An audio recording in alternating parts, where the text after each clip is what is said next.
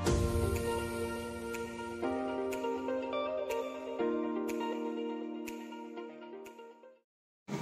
kita sharing-sharing dong soal ini, soal yang lagi booming sekarang. Kan sekarang ada Bian nih. Kira-kira masyarakat tahu nggak ya Bian itu apa? Kalau menurut saya sih masyarakat sih udah pada tahu ya, karena Bian ini kan program yang dicanangkan oleh Kemenkes. Singkatan dari Bian sendiri itu kan Bulan Imunisasi Anak Nasional. Jadi dengan mengetahui singkatan tersebut, masyarakat itu pastinya sudah tahu kalau ini program vaksin untuk anak ya. Dan Bian sendiri itu kan dilaksanakan di usia 9 sampai 59 bulan. Ya mungkin kalau Jadi anak SD kan ya dok ya? iya, anak SD ya. Dan jenis vaksinnya tuh mulai dari campak dan DPT, dan juga nanti ada yang lain-lainnya juga ya. Kalau yang mengadakan Bian itu siapa sih? Ya, Bian sendiri kan memang diadakan oleh Kemenkes itu ya. Jadi Menteri Kesehatan sendiri itu mengadakan program Bian ini tujuannya adalah untuk meningkatkan tingkat kesehatan anak ke depannya agar anak terhindar dari penyakit yang berbahaya seperti itu. Kalau untuk menjelaskan orang tua tentang Bian ini kan ada nih beberapa orang tua yang anaknya nggak mau diimunisasi, nggak mau divaksin, nggak mau disuntik kan. Orang tua kan kadang parno nih, anaknya takut sakit disuntik, takut ada efek sampingnya segala macam. Gimana nih kan? Yang saya tahu pelaksana Bian ini kan pasti dari pihak institusi kesehatan seperti kita dari puskesmas. Nah, untuk menjelaskan kepada wali murid atau orang tua itu bagaimana? Yang pasti kita jelaskan secara persuasif ya ke keluarga anak ini, dan juga kita harus menjelaskan bahwa si anak ini jangan pernah ditakut-takuti untuk datang ke puskesmas atau untuk disuntik gitu ya. Yang biasanya anak-anak sering ditakut-takuti oleh orang tuanya, sehingga anak-anak jadi takut untuk ke puskesmas. Vaksin sendiri kan memang memiliki efek samping yang bermacam-macam ya, mulai dari ringan sampai berat. Jadi kita edukasi sebisa mungkin. Kalau misal efek sampingnya ringan, jangan terlalu khawatir karena nanti pasti akan diberikan obat-obatin. Dan apabila efek sampingnya sudah berat seperti sesak, itu diedukasikan untuk segera dibawa ke vaskes atau fasilitas kesehatan terdekat seperti itu untuk mendapatkan penanganan. Kan tentunya dari pihak sekolah kan memang harusnya memberikan izin gitu ya ke wali murid untuk dilaksanakannya Bian. Kan kita nggak serta-merta langsung suntik kan ya dok ya? Iya, pasti harus di screening dulu lah. Dan pasti kita sebelumnya pasti sosialisasi sama orang tua murid ya. Dan pelaksanaannya itu sebenarnya di mana sih dok? Di sekolahnya apa bisa di puskesmas?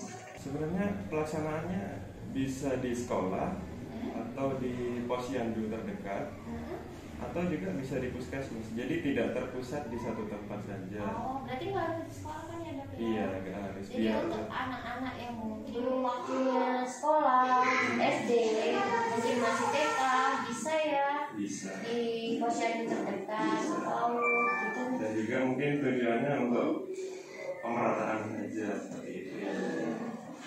Wajib nggak sih dok harusnya ini dia? Ya sebenarnya sih kalau tujuannya seperti itu disarankan, diharapkan orang tuanya dengan senang hati membawa anak-anaknya untuk melakukan Bian ini, mendukung program dari pemerintah ini. Kalau nanti misal nih kedepannya anak yang nggak ikut Bian, nggak ikut imunisasi, kalau pemain sakit-sakitan, gimana tuh? Kan ada efek sampingnya dok, maksudnya bukan efek samping ya, akan ada konsekuensi kedepannya kalau misal anak-anak nggak imunisasi. Ya itu resiko dari Keputusan keluarganya sendiri, karena kita sudah melakukan pendekatan. Pembelajaran kedepannya ya dok ya, untuk masyarakat di luar, untuk para orang tua, untuk mungkin guru-guru di sekolah-sekolah ya, untuk memberi pengertian atau mengupgrade ilmu tentang Bian itu sendiri gitu. Apa diterima jika anak tidak ikut imunisasi, dan apa yang akan diterima jika anak ikut imunisasi ke depannya gitu. Lebih banyak kekurangan apa kelebihannya kan gitu ya. Jadi menurut saya teman-teman masyarakat dan orang tua itu lebih pintar sekarang, karena kan serba canggih sekarang, sudah ada Google, gadget-gadget kan, pasti mereka bisa mencari informasi mengenai imunisasi sendiri.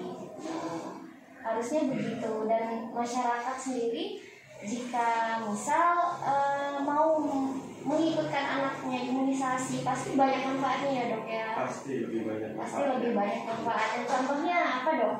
Contohnya ya kalau misal suntik apalah? suntik, misal contohnya suntik campak ya.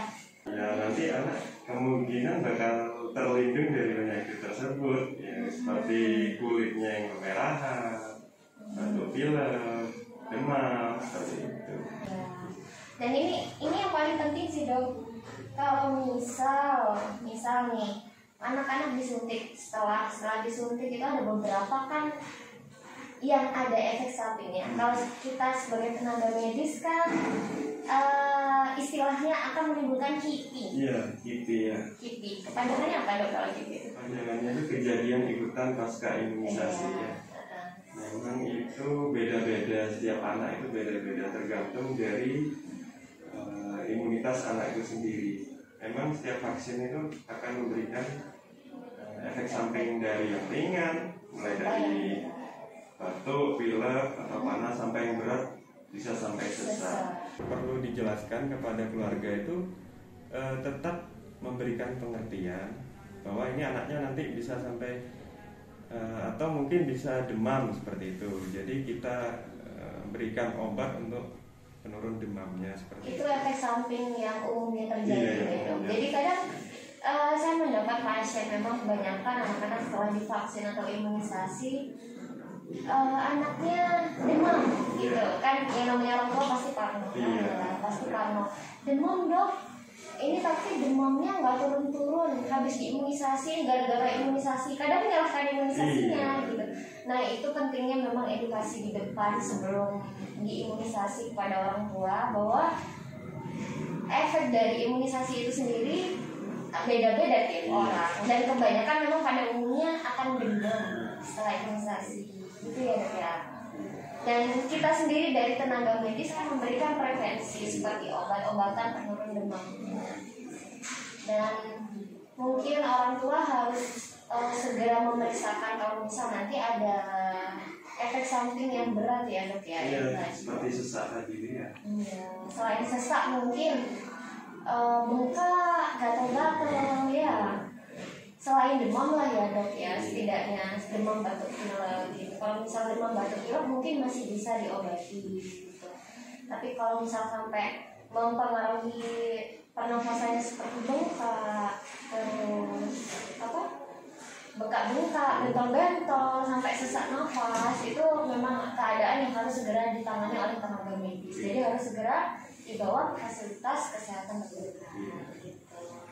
Ya, jadi harapannya program Dian ini bisa meningkatkan tingkat kesejahteraan anak, angka kesehatan anak. Ya, jadi untuk para orang tua jangan takut untuk membawa anak-anaknya untuk mendukung program ini. Ini himbauan untuk orang tua ya ke depannya ya, biar anaknya nanti nggak sakit-sakit gitu. Imunisasi nggak bikin sakit ya dok ya, tapi bikin sehat. Cuma efek sampingnya memang yang disalahartikan sebagai sakit gara-gara imunisasi ya. Jadi diharapkan untuk para orang tua di luar sana harap memotivasi dan memberi semangat pada anak-anaknya untuk imunisasi ya Pak Bu, karena imunisasi dan mensukseskan Dian ini adalah aset kedepannya untuk para anak, untuk kesehatan anak-anak. Jadi jangan takut ya untuk imunisasi. Salam sehat dan tetap semangat.